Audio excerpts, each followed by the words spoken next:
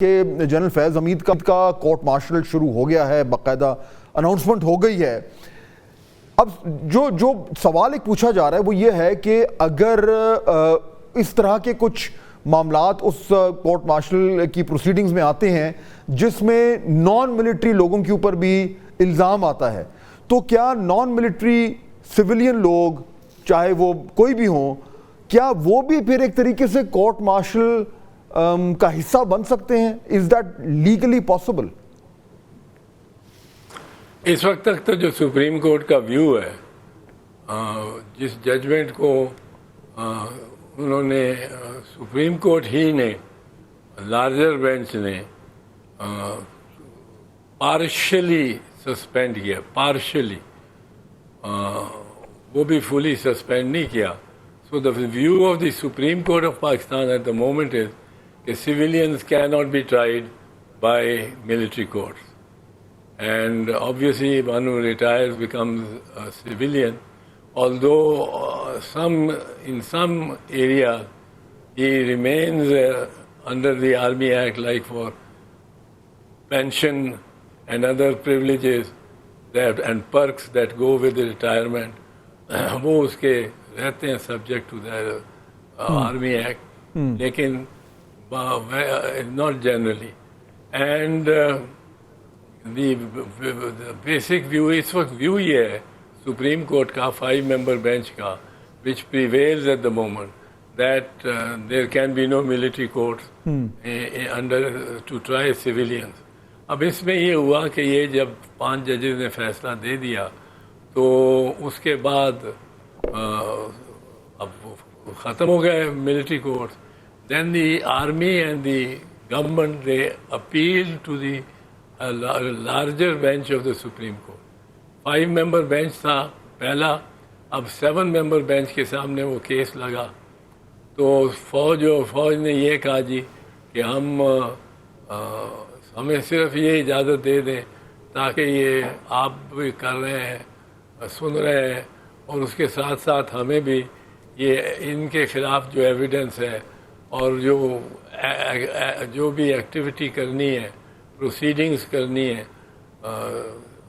Military court نے، وہ اجازت دے دیں کہ ہم اس کو کنٹینیو کریں، پر ہم فیصلہ نہیں سنائیں گے. اچھا کورٹ نے مجھے پوچھا کہ یہ اس دم تو نہیں پوچھا، پر کورٹ نے یہ آرڈر کر دیا جی بالکل ٹھیک ہے، آپ فیصلہ نہیں سنائیں گے، آپ پروسیڈنگ جاری رکھیں. ٹھیک ہے. اچھا احساس صاحب، اب یہ جو میں تھوڑا سا اگر آگے بڑھوں احساس صاحب، وتھ یور پرمیشن، اگر جو ابھی تک چارجز سامنے آئے ہیں جنرل فیض حمید کے اوپر، اس میں ایک تو وہ ٹاپ سٹی کا معاملہ ہے کہ جو اسٹیبلش ہو گیا کہ جو بھی ان کا رول تھا.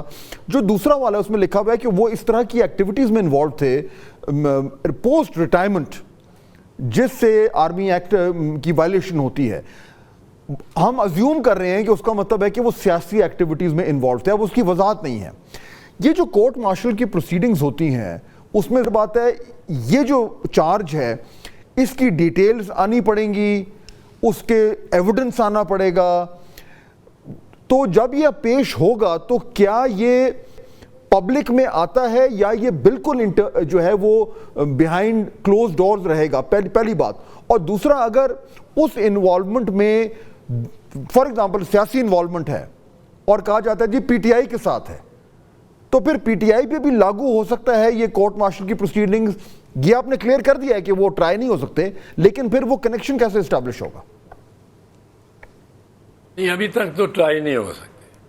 Civilians cannot be tried by military courts except to the extent that the Supreme Court has given them the license to, without setting aside the judgment, finally in appeal, the license to proceed with the trial, but have told them, denied them the right to give a judgment on that. تو جہاں supreme court کہے گی وہاں فوج کو رکنا پڑے گا، جہاں لائن ڈالے گی. سپریم کورٹ کے بارے میں کہتے ہیں جی ایک فیصلہ کس طرح اپنا کرائے گی، ایکسیکیوٹ کس طرح کرائے گی، یہ بڑی چلتی رہتی ہے بحث. Supreme Court doesn't have to get judgment executed. These are self-executory. I'll give you an example.